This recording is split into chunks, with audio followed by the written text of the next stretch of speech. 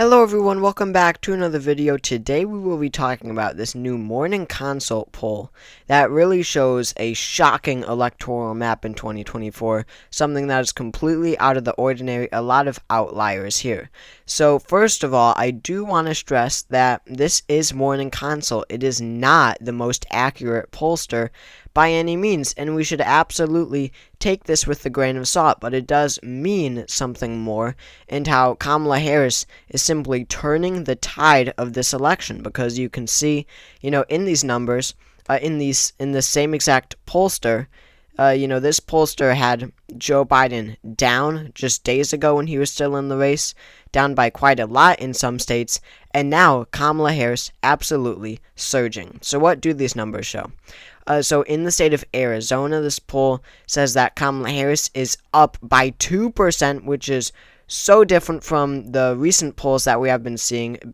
I think every single one shows Donald Trump with a lead of a few points. The state of Georgia is a tie currently. What is it? 47 to 47 right now. The state of Michigan, Kamala Harris is up by 11% on Trump. That's insane. And then you've got Nevada, where Kamala Harris is up by 1. Wisconsin, Harris is up by 2. That's huge. But Pennsylvania, Donald Trump has a lead of 4% over Harris. And North Carolina, where Trump has a lead of 2%. So, this, I do want to just point out the actual results of this map, if this did happen. Let's just take a look here. Filling in the safe states, of course, or almost safe states. It really doesn't make all that much sense, especially when you compare it to the 2020 map and what we know about our presidential elections right now. So these are all the safe states that I'm filling in, and then we're going to fill in the results as the polling numbers show. So it doesn't really make all that much sense. So looking at, Florida is going to be red, and then Virginia is going to be blue, as well as Nebraska second. But this poll says that Kamala Harris wins the state of Michigan by 11 points. They say, I'll do the margins. It says that she wins Wisconsin by a point. That's a lean margin. It says Nevada goes to her by a point, and Arizona is 2 or 3 points. I forget. And then Georgia is a tie, but Pennsylvania is lean for Trump, as well as North Carolina.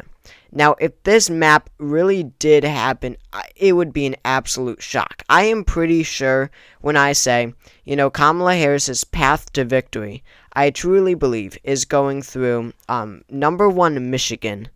And then I am really certain, really certain as of right now, Michigan is number 1. And then number 2, she has to win Pennsylvania. And then that puts her, let's see. That puts her at 260 electoral votes, so she needs 10 more to win. And then I believe the third most likely of these, and I'm not as sure about this one, maybe Nevada is third, but I think that Georgia would be the third there to give her 276 electoral votes. And the presidency, I believe that is her path to victory. Number 1, Michigan. Number 2, Pennsylvania. Number 3, Georgia. So it does come as a shock, at least to me, when in this poll you have Arizona and Nevada and Wisconsin all going to Harris before Pennsylvania and Georgia do. Because I believe Pennsylvania and Georgia are much more likely to go to Harris rather than Arizona, Nevada, and Wisconsin. Especially Pennsylvania. I believe that one is very, very likely. So I don't know how accurate this polling is. And, you look back at 2020, for example, in the state of Michigan, the big shock is Michigan. That's what's getting the most attention. Up by 11 points, while Trump is up in Pennsylvania by 4. It doesn't make sense how there could be that much of a difference in shifts. In 2020, Michigan voted for Biden by 2.8%, and Pennsylvania voted for Biden by 1.2%. So that is a 1.6% difference between Michigan and Pennsylvania. Michigan was 1.6% more Democrat than Pennsylvania was. So would it make sense to now see, 4 years later, Michigan now 15 points more Democrat than Pennsylvania? No, it doesn't make any sense at all, and that is why this poll, we can really take it with a grain of salt when it comes to the actual results. But it does mean something bigger when you look at how this same exact pollster reported results in the past. So in Arizona, we see this was in July now. We're still in July. This was July when Joe Biden was still in the race, when he was the Democratic candidate. In Arizona, he was down by 3. Now Harris is up by 2. So that's a 5-point swing in her direction. You've got Georgia. Biden was down by 1. Now it's even. Kamala Harris gaining a point from the when Biden was ahead. In Michigan, this poll showed that Biden was ahead by 5%. Now she's up. Now Kamala is up by 11. So that's a 6-point shift to the left from Biden to Harris. In Nevada, Trump was ahead by 3 in the last Biden versus Trump poll. Now Harris is up by 2. That's a 5-point swing. In North Carolina, Biden was down by 3. Now Harris is down by 2. That's a 1-point swing in Kamala's direction. And then Pennsylvania.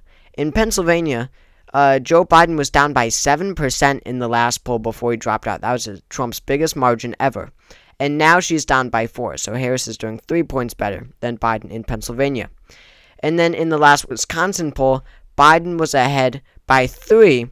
Now in this poll, Kamala is down by 1. So out of the 7 states, in only 1 is Kamala Harris doing worse. And you can see kind of, when it comes to the accuracy of this poll, you see how, even with Biden, they were really strong. They were really bullish with Trump's chances in Pennsylvania, doing very well in Pennsylvania, while you see the same thing in Michigan, except the opposite.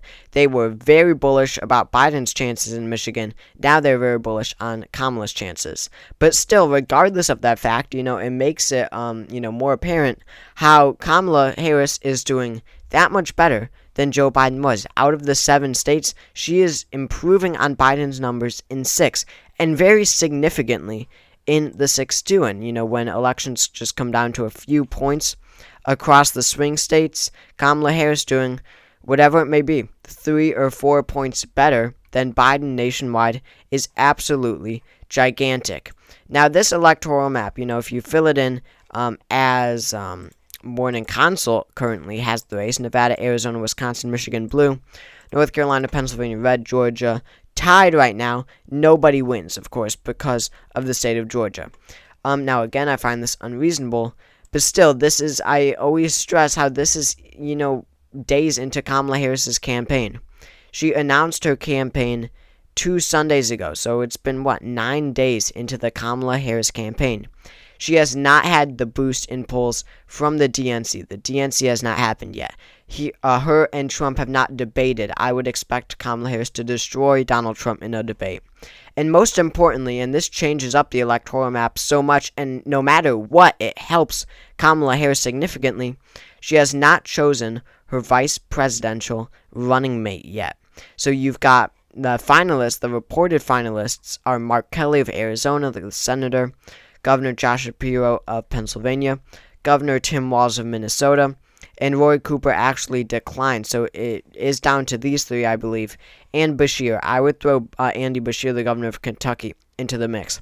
Now, all of these people really help electorally, but especially, you've got Mark Kelly of Arizona, a critical swing state. Biden only won it by 0.3. Kamala Harris is leading by 2 in this Morning Consult poll, but most show her down. So that could put Arizona into her column. That helps significantly. And, she's up in Arizona even without Mark Kelly on the ticket in this poll. Then you've got Josh Shapiro, Pennsylvania, probably the smartest pick because out of the 7 swing states, Pennsylvania has the most electoral votes. If that's in her, then, if that's in her column, then, even in the Morning Consult poll, Trump could take Nevada and Arizona, and Kamala Harris still wins the election. Even if Trump takes Georgia as well, Kamala Harris still wins the election.